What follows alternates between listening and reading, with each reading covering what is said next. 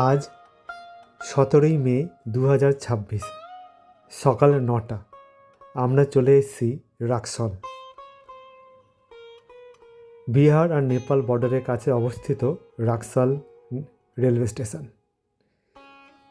Rail থেকে নেমে আমরা ঘোড়ায় করে আমাদের বিহার বর্ডার পার করে নেপালে প্রবেশ করব। তার আগে আমরা আমাদের আধার কার্ড দেখালাম, দেখিয়ে আমরা ওই দেখতে পাচ্ছেন এত সুন্দর একটি স্তম্ভ, ইন্ডিয়া নেপাল বর্ডার।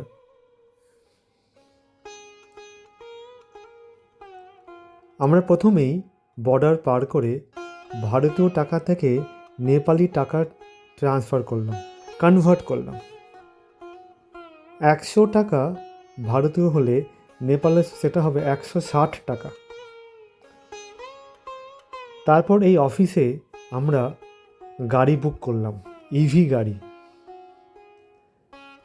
আমরা আজকে যাব কাঠমান্ডু। তার আগে এখান থেকে 12,000 নেপালি টাকা দিয়ে ইভি গাড়ি বুক করা হলো।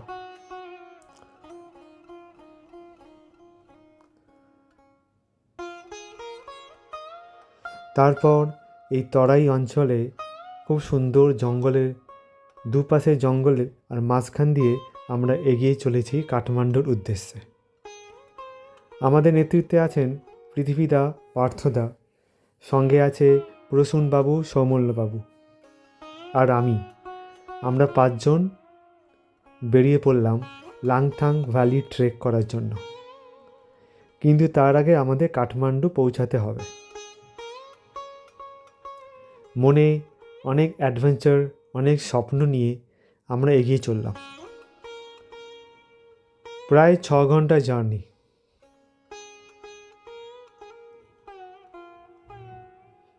এখানে প্রথম ইভি গাড়িতে চললাম, ইলেকট্রিক গাড়ি।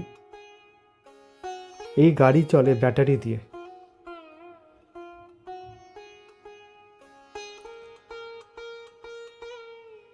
এই সেই ব্যাটারি স্টেশন, এখানে গাড়ি চার্জ দেওয়া হয়।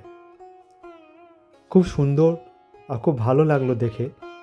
চীন খুব সুন্দর এখানে সেট আপ করে দিয়েছে।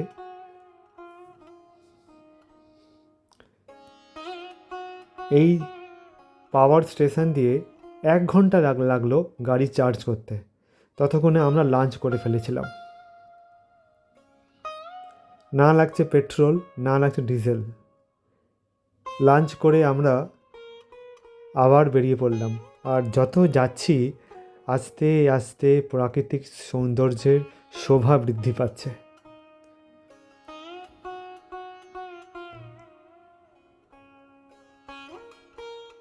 পাহাড়ি ক্ষুদ্র ক্ষুদ্র সুন্দর সুন্দর গ্রাম এর ভেতর দিয়ে আমরা এগিয়ে চলেছি কাঠমান্ডুর দিকে।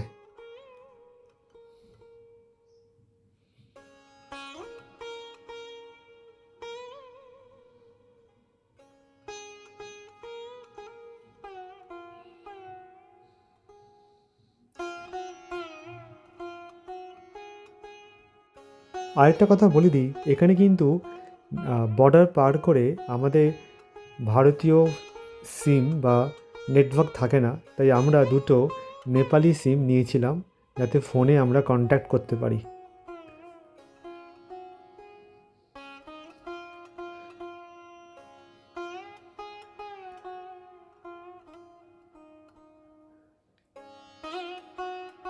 খুব সুন্দর রাস্তাঘাট, পরিষ্কার পরিচ্ছন্ন।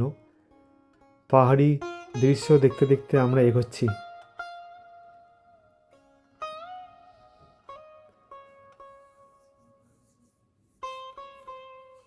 সবচেয়ে ভালো লাগলো ইভি গাড়ি, ব্যাটারি দিয়ে এত সুন্দর গাড়ি পিক আপ, এত সুন্দর পাহাড়ের উপরে উঠছে, ওটা একটা দারুণ অ্যাডভেঞ্চার লাগলো।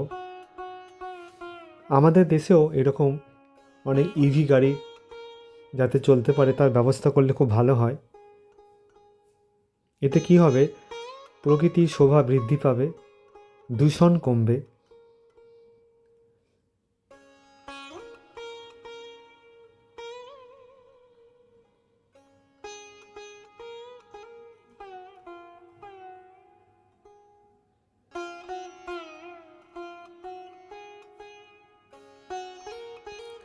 আমাদের মূল উদ্দেশ্য হচ্ছে ল্যাংথাং ভ্যালি ট্রেক করা।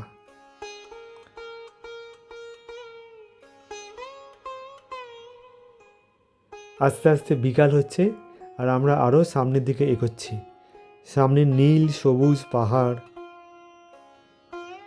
নীল আকাশ, চারিদিকে সবুজের পাহাড়, এর ভেতর দিয়ে আমরা এগোচ্ছি।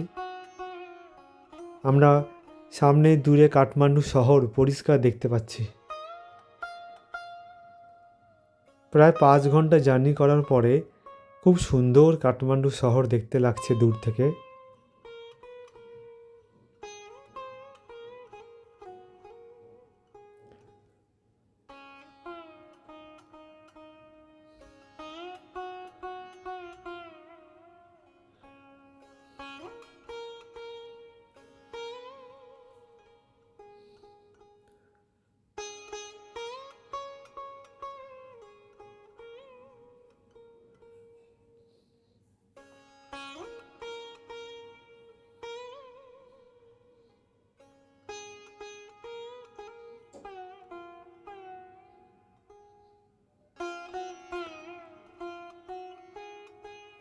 চলতে চলতেই হঠাৎ সমল্লবাবুর একটু শরীর খারাপ হয়েছিল, তাই আমরা গাড়ি থেকে নেমে এই সুন্দর ফুলের গাছের সামনে বা ফুলের বাগানের সামনে আমরা কিছুক্ষণ পায়চারি করলাম।